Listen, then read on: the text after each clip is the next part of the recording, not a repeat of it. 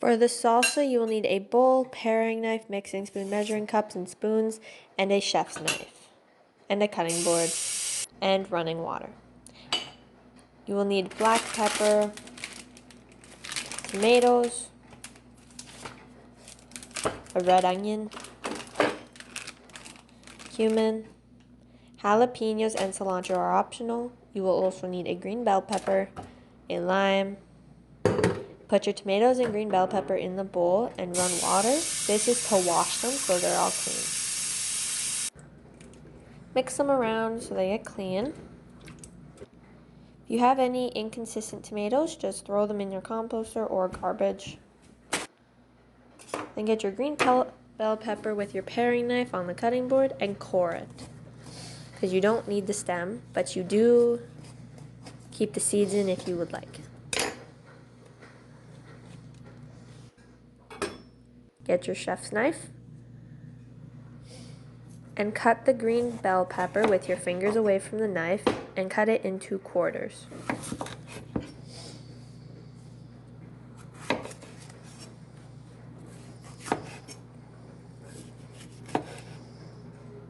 Using the tap chop to cut the pepper, still watching the fingers, and I'm cutting the pepper into slices because you want to chop the pepper.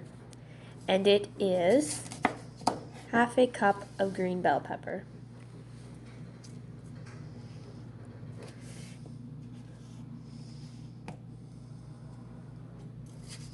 Keep the fingers still away from the knife and use the tap technique.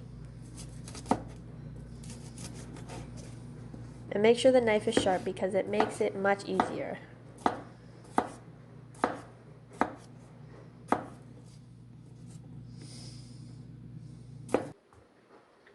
Then get your half cup measurement and put it in the bowl. Then grab your tomato and your paring knife and cut the tomato into quarters the same way, and you will need 3 cups of chopped tomatoes. Cut it into the slices again. As long as they're just in little cubes, then it really doesn't matter how you cut it. I'm just going any style with measuring it.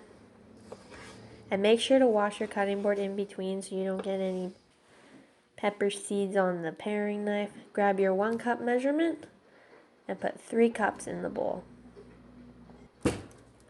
Grab your red onion and your paring knife and cut both ends off the onion and the peel.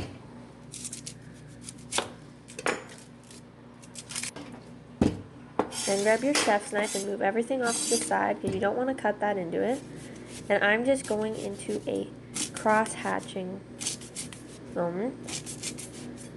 cutting technique. When I get to halfway, I flip it around so I don't cut towards my hands. You will need 1 cup of red onion. So I cut it vertically one way and then I flip it around and do it the other way to make cross-hatch. And when I get halfway, I flip it around so that I don't cut my hands. I'm removing skin along as I go, watching the fingers. Then I put the onion on its side and chop down, and this gives it an easy chop so that you're not cutting onion long because your eyes could water.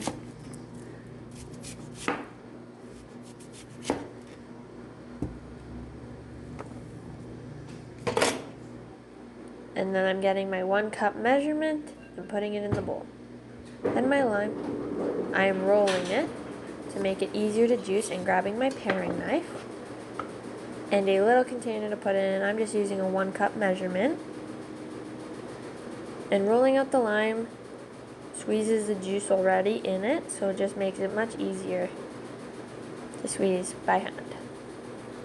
You will need 2 tablespoons of lime in your salsa.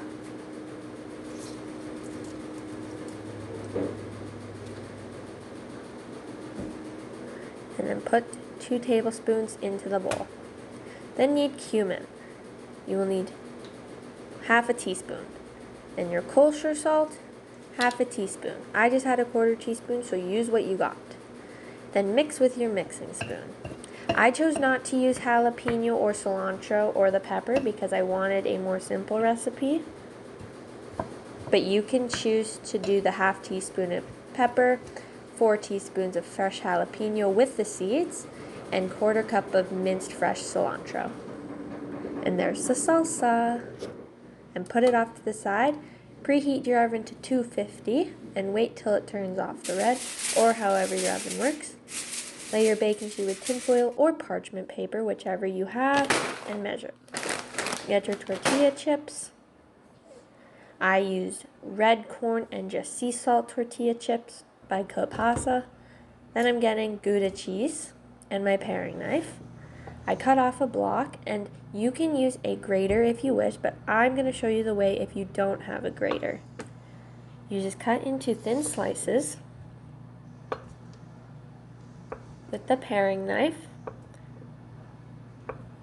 watching the fingers.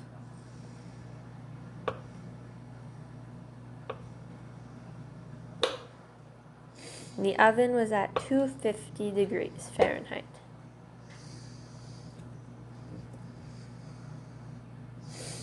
You can use any brand of cheese you wish. You can make it dairy-free, or you can make it old cheese, cheddar cheese, marbled cheese, and any other type of Gouda you wish.